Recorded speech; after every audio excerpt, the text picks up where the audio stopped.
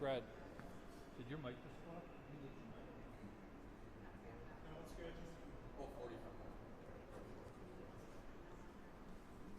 I just lost mine. I don't know if somebody just turned on their mic. I'm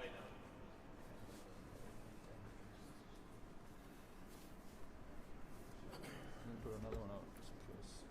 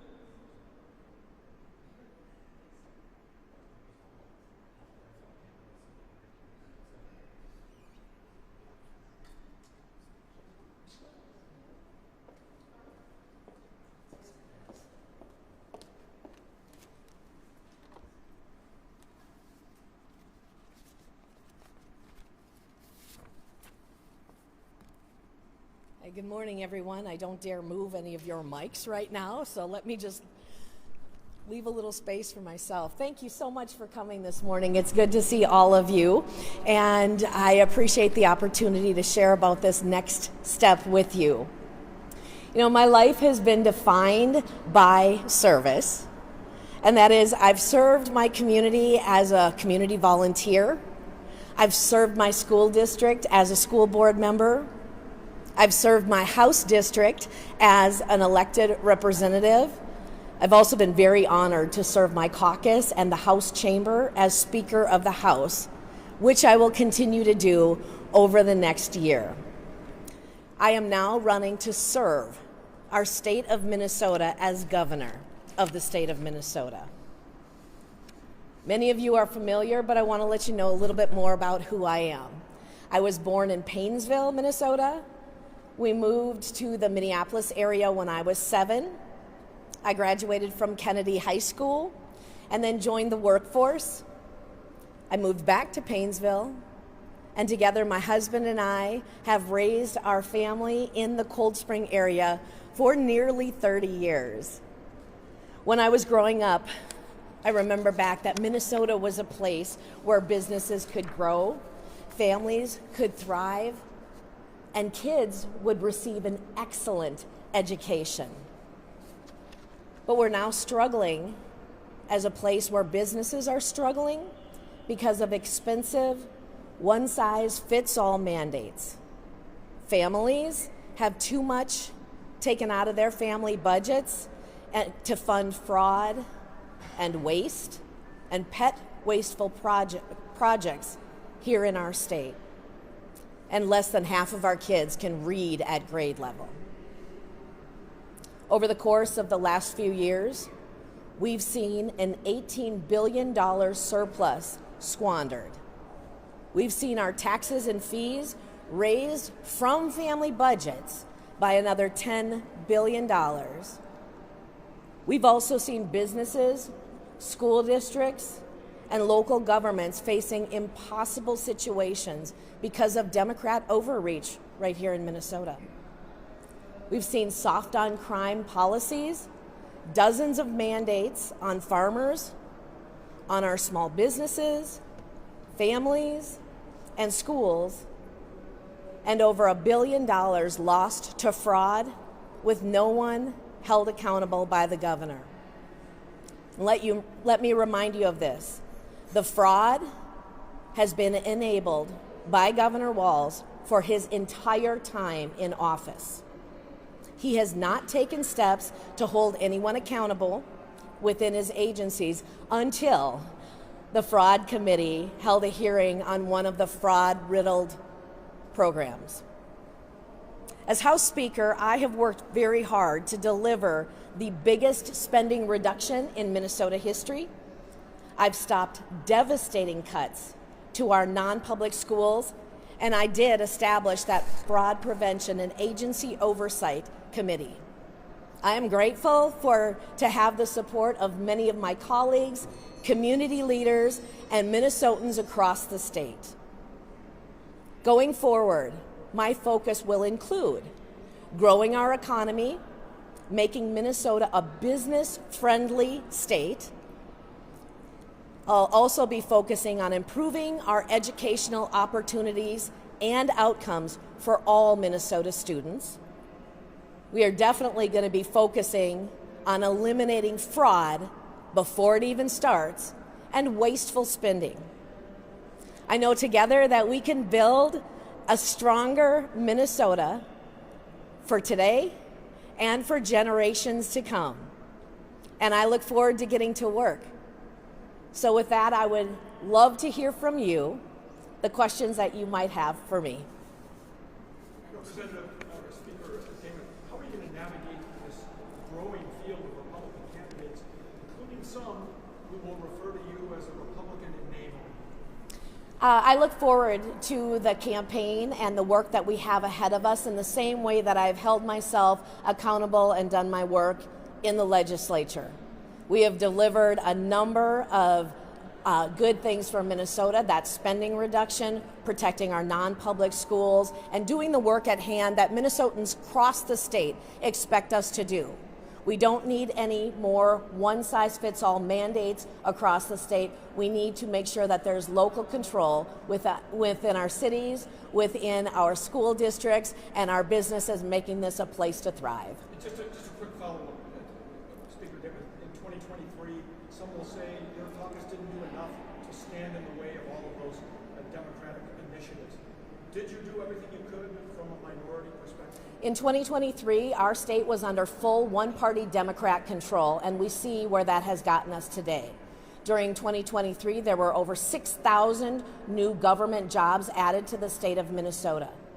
We saw the squandering absolute waste of an $18 billion surplus, and every one of our taxes and fees were raised to the tune of almost $10 billion, exploding our state government budget in a way that was not going to be sustainable. We are now looking at a deficit, but thanks to my leadership as Speaker of the House in a tie, with only having 1/2 of 1/3 of state government, we were able to deliver the largest spending reduction and take a bite out of that upcoming deficit that Governor Walz has led us into over the past few years. You've said that you hope to get President Trump's endorsement, but how are you going to do that if you have to make the kinds of compromises that you need to make divided government work? I have been able to work in divided government very well in the fact that I have proven myself as a strong conservative leader and been able to navigate the challenges of not just divided government, but a tie in the House of Representatives. And I have proven that I am an effective leader working with Governor Walz, working with my Democrat colleagues, and I look forward to seeking the endorsement of President Trump should he choose to give that to me. Are you abiding by the party endorsement? My intent is to abide by our party endorsement. I am proud to have been endorsed every time that I've run for the legislature, and I will be seeking, and my intent is to abide by that endorsement. So not running a primary? I am attempting to abide by that endorsement. I am seeking that endorsement. Unfortunately, we have seen a number of candidates already come out saying that they are bypassing that part of the process. And what I know is I have been endorsed. My intent is to seek it, and we will go forward in the Republican pool that we've seen grow over the last few days. So you think we'll keep the primary as a possibility? I am attempting to seek that endorsement at this point in time. Governor Walz has tried to be a counter to the Trump administration. If you were governor, would you be in lockstep with the Trump administration? I think the things that we have seen Governor Walz do to our state here in Minnesota over the last number of years, we are not in a better place because of that. And so it's important that we do the best things that we can for Minnesota and focus on where we align with President Trump. We are looking forward to working together in partnership, which is better for Minnesota and better for our country. How is running for governor going to affect working with Democrats? I have proven myself over the last number of years that I can effectively work with my Democrat colleagues. Former Speaker Melissa Hortman and I worked very well in the most contentious of times, working through first to tie, as you remember. and then not quite a tie as we waited for a special election on the Democrat side. We've proven that we can work together, and I expect to do that when we return in February. Just a logistical question. You alluded earlier to delegating some of your leader responsibilities as you run for governor. Can you confirm that Leader Niska is going to take over the campaign operations for the House Republican Caucus? Our absolute focus is on gaining a full majority in the House of Representatives, and we look forward to that in the 2026 election. We have already been breaking records as far as the amount of money raised. We've got great candidates coming on board. Leader Niska will be in the forefront of the House Republican Campaign Caucus, the HRCC. I will do whatever I can behind the scenes to make sure that that is effectively working, but we're in one of the strongest positions that we've ever been, proving to Minnesotans that when Republicans are even just in a tie here in the state, they are better off because of it, and we look forward to that full majority. Can you run any calls from like the White House or the Republican Women's Association or the Vice President, or can you tell us what kind of national convincing they laid on you though? Definitely, we will look forward to seeking endorsements and working with those national organizations. That is something that is yet to be determined, and we'll go forward on that. Can you walk through your pitch to Republican delegates? How are you planning to differentiate yourself from those in the field? The way that I am choosing to differentiate myself is the fact that I'm a proven leader here in the state of Minnesota. First as minority leader of our caucus in the years of 23 and 24, now as Speaker of the House, again, delivering many good things for the state of Minnesota. My conservative values stand strong, and I will continue with those. Madam Speaker, In your campaign video, you said the governor hates us. Can you talk about that? What does that mean, and what's that? For those of you that have seen my launch announcement video, there are words that are said by Governor Walz himself, things that he has said specifically about Republicans. That negative rhetoric needs to stop, but we have a leader of our state that is choosing to focus on that and continually calling out people in ways that are not helpful. Minnesotans want us to pull together. They want to see a government that is effective and will work together. That is what I'm going to do. But you heard Governor Walz and his words in my video very clearly, what he thinks of Republicans and people that don't agree with him. Madam Speaker, you're the first black person and first person of color to become Speaker here, and if elected, you'd be the first person of color to be governor. Do you consider that significant at all? I first believe that I am the best person to both lead my caucus, now as Speaker, the best person to lead the House of Representatives as Speaker, and I will be the best person to serve as Governor of the state of Minnesota. The things that might be historic that we've seen over time, typically I don't focus on those, but that's part of my story. That's part of who I am, and when elected, being the first black person, male or female, and the first female to be governor, I'm honored by those things. I want to set a pathway forward for those that are looking for an example of how first you are qualified to do the job, and secondly, those things that people might be paying attention that make history. I'm looking forward to being that example. Your colleague Christian. A third term for Governor Walz for our state. What we have seen happen over his first 2 terms, we are not in a better place because of that. Minnesota is ready for a change, and I'm ready to lead that change. Caroline.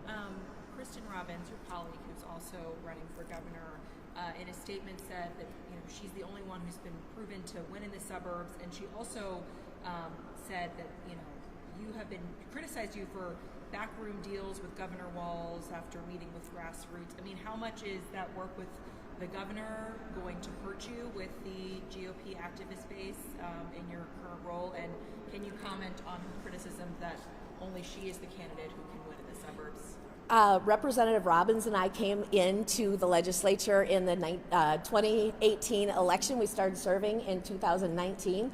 Our offices were right next to each other for a number of years, and we've always been friendly with each other, and we get along very, very well. As far as the work that she has done, when I was able to establish the fraud committee and choose a good chair for that committee, that is our only committee that is held by a Republican for the entire 2 years. I selected Representative Kristen Robbins to chair that committee, and I'm proud of the work that she has done. I look forward to doing work together throughout this next legislative session. We have great things to do. I know that I am the best candidate because of the work that I've already been able to do, the work that I've already been able to do with negotiating with Governor Walz and delivering for the state of Minnesota. Why are you seeking Trump's endorsement? I mean, why not run your own race? What is it about him that you admire? Definitely I am running my own race, and I am looking forward to serving the state of Minnesota. I have solid conservative values that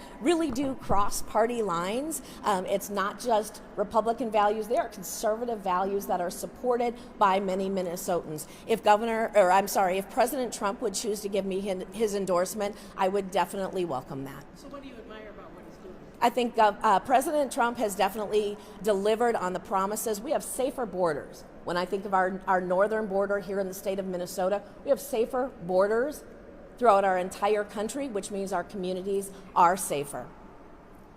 If he were to send in the military to enforce immigration laws in Minnesota, what would be your reaction to that?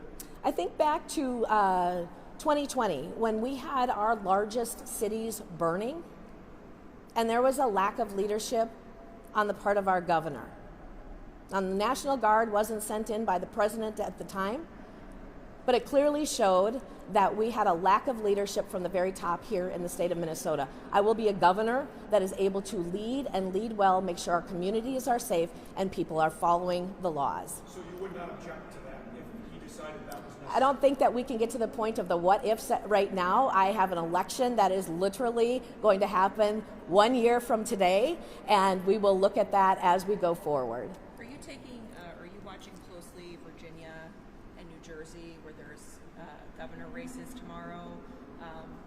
Blue state Republicans, what they're doing to try to break a streak there? I'm definitely watching the elections that are happening across the country tomorrow. Some of those states, as you've mentioned, I'm watching. More importantly, though, I am definitely watching what happens here in our own state, including the mayor's race in the state of Minnesota, or in the city of Minneapolis.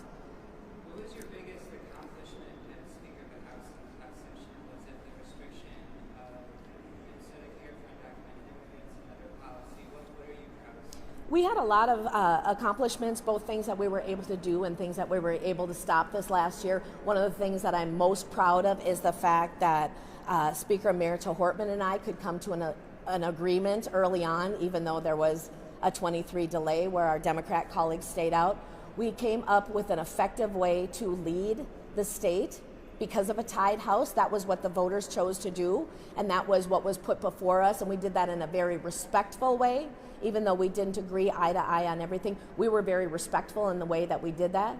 We delivered Team House when we came into negotiations, and you saw us finish up basically on time. We needed just a few more hours to finish up that work, and we finished that June 9th. I'm proud of the work that we did together, leading through a divided government to deliver for Minnesotans a better budget than what we had seen. As governor, would some of your priorities be rolling back some of those tax increases you talked about and also mandates? We know that our state right now is definitely overtaxed. That's corporate, that's individual. People can't afford their lives. We will be looking at everything that is done. Policies are going to be rolling forward over the next weeks and months, but definitely making Minnesota a place that we can afford our lives, businesses can thrive, and everyone can succeed is going to be a priority. So corporate taxes would be your first target? We are looking at ways that people can save money and afford their lives. That is for families, that is for businesses, that is for our smallest businesses to our largest businesses. We have to have a way that we can afford our lives and that Minnesota can grow and be successful for all. What are the top areas of spending you look to cut then, if there is a projected? I am not ready to look at specific areas on what we need to cut. That will be developed as we go forward. Any further questions? Madam Speaker, it's hard not to acknowledge the memorial back there behind you. Is there any significance to what happened June 14th and your decision to make this move? When we think of what our state went through on June 14th with the assassinations of Mark and Melissa Hortman and the attempted assassinations of Senator John Hoffman and his wife, our state and our country, because of that, is in a much different space than we were before. Political violence has no place in Minnesota. It has no place in our country. And it takes leaders from the very top that tone down the negative rhetoric against each other and find ways to work together even when we disagree. Just because we disagree does not mean that we have to be disagreeable. And I'm looking to be that leader that Minnesota is counting on to lead in a positive way and find a way forward. As the highest ranking Republican in state government, do you consider yourself the front runner in this race? The voters will definitely choose, but I bring a number of strengths that my other the other people that are running for office, the other Republicans that are running for governor, do not have. That is both with the experience and what I can bring. I'm looking to do this not because I've ever tried to climb any type of political ladder. My background, if you look back into it, even though I've always been a faithful conservative voter, I was never involved in the grassroots in any way. My first elected experience was on school board, and I did that as a write-in. I did that as a way just to serve my community. And so I'm looking forward to serving Minnesota as governor, and that is the way I'm approaching this and going forward. Because some of those same opponents will say you're not far enough to the right. How will you respond to that? That my conservative values, what I've done in the legislature, and my consistency in the person that I am, the character that I hold, will prove that to be true. Governor Walz has made it clear that he's going to be running on gun control. Are you going to have any kind of gun safety platform? You know, Governor Walz had said that he was going to bring us back for a special session, and it has been almost 4 weeks since I've heard anything. But when we return in February, what people really want to know is that we have safe communities and safe schools, and we actually have bills ready to go that could be heard within committees that would ensure that schools have the safety dollars that they need, that our communities have the support that they need to create a stronger and safer, better Minnesota. We're ready to get to work, whether that is in February or if the governor would call us back early. Is it almost certain there will not be a special session? The governor is the only one that can call a special session. When he calls that, or if he calls that, I have said from the very beginning, House Republicans stand ready to come to work and do that. That would be up to the governor. Either way, we'll be ready when he either calls or we come back February 17th. We'll be ready for the work at hand for the state of Minnesota. Have you spoken to your governing partner, Leader Stevenson, since you announced? I have not yet had an opportunity to visit with Leader Stevenson yet. One of the things that I can tell you, though, and this was the example that I, as minority leader, was exposed to, was weekly meetings, because we do work together. Leader Stevenson and I have already had a few meetings. It's a little different during the interim, but we've had a few meetings together. That will continue as we go forward. Are you going to be able to work with him the way you work with Melissa Martin? Everyone is an individual, but I look forward to doing the work that is at hand in a tied house and getting the work done for Minnesota. What's the status of your campaign financing?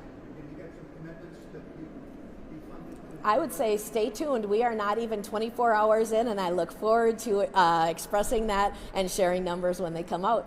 Have you talked to potential running mates? Have you talked to potential running mates? That is all still in the works right now. Everyone knows it's been 20 years since Republicans won statewide. Why would you be in a different board? When the House of Representatives was the only thing on the ballot last year in the 24 election, Minnesota voters sent a very clear message back saying they needed a change, they wanted a change. One-party Democrat control was no longer the way to go. This is a perfect time, the 2026 elections, to make a change for the better in our state and work together. Thank you so much. I would say stay tuned. We've got more to share as we go forward. Thank you.